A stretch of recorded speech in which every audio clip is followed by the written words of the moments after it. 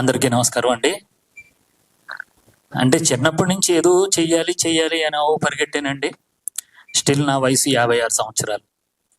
ఆరోగ్య డైట్లో అంటే అలీ గారికి కానీ మా గురుగారు వీళ్ళందరికీ చెప్తుంది ఏంటంటే, వయసు ఎందుకు చెప్తున్నానంటే చెప్పుకుంటానికే వయసు 56 సంవత్సరాలు, కానీ నాలో 20 ఇయర్స్ బ్యాక్ వెళ్ళిపోయినాను. అంటే 35 నుంచి 40 లోపు పిల్లలకి ఏ బ్లడ్ సెల్స్ ఎలాగ ఉంటాయో ఆ బ్లడ్ సెల్స్ నా దగ్గర ఉన్నాయన్నమాట.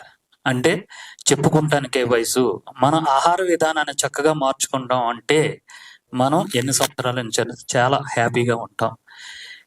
ఇక నేనేంటంటే అందరూ ఆరోగ్య డైట్ పెట్టారు అంటున్నారు, కానీ ఆరోగ్య డైట్ కంటే ముందు నాలోని ఒక కళాకారుడు, ఒక విప్లవ కళాకారుడు, ఒక గాయకుడు, ఒక రచయిత. ఎందుకంటే చిన్నప్పటి నుంచి కూడా కూలీడి శ్రీను గారు మేమందరం తాడేపల్లిగూడెం, ఇందాక చెప్పారు కదా మిలిటరీ మాధవరం అన్నాం కదండి, సంవత్సరానికి అది ఆ మిలిటరీ మాధవరం వెళ్తాం. అక్కడికి వాళ్ళందరినీ చూస్తాం, వాళ్ళ మీద కూడా పాటలు పాడి వాళ్ళ స్ఫూర్తితోనే ఏదైనా చెయ్యాలి అంటే నాకు వేరే పని లేదండి. అలాగా యూట్యూబ్ చూస్తుంటే ఈ మన ఓబ్రే గారి మాటలు కానీ, అక్కడ యుద్ధంలో ఏం జరుగుతుంది, 28 మందిని చంపేశారు, మనం ఏం చేయగలం, ఈ వయసులో మనం యుద్ధానికి వెళ్ళలేము, మనల్ని తీసుకోరు, ఏదైనా చెయ్యాలి. కానీ వాళ్ళందరూ కూడా ఆ సరిహద్దుల్లో కాపలా కాస్తుంటే మన వాళ్ళు ఇక్కడ రాత్రి 12 గంటలకు తాగి తందనాలు ఆల్రెడీ రోడ్డు మీద గొడవలు ఆడుతున్నారండి. ఇలా జిమ్ములకి వెళ్ళి ఇవన్నీ పెంచి, ఎందుకంటే ఇప్పుడు యుద్ధానికి వెళ్ళమంటే ఒక్కడైనా వెళ్తాడా? వెళ్ళట్లే.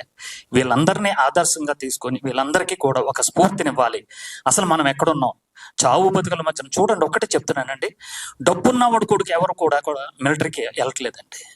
మధ్యతరగతి ఫ్యామిలీ నుంచి, అది కూడా ఒకే ఒక్క కొడుకు అంట అంటే మురళీ నాయక్. ఆ మురళీ నాయక్ చనిపోవడంతోనే ఏదైనా చెయ్యాలి అనే ఈ పాటను చేసి, ఈ పాటని మురళీ నాయక్ ఫ్యామిలీకి అంకితం ఇస్తున్నాం అండి ఈరోజు ఈ పాట.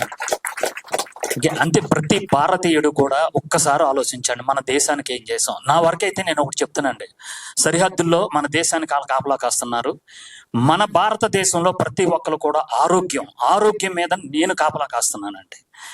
ఏమండి, వాళ్ళు శత్రువులు వచ్చేసి మన మీద ఫైట్ చేయడం కాదు, మనమే శత్రువులు తయారు చేసుకుంటాం. ఈ ఆహార విధానాన్ని మనం మార్చుకోకపోతే 2030కి ప్రతి ఇంట్లో కూడా క్యాన్సర్ పేషెంట్లు వచ్చేస్తున్నారని, దయచేసి ఆహార విధానాన్ని మార్చుకొని ఆరోగ్యంగా ఉండాలని కోరుకుంటూ, ఆహారం అది, ఆరోగ్యం ఇది, ఆరోగ్య డైట్.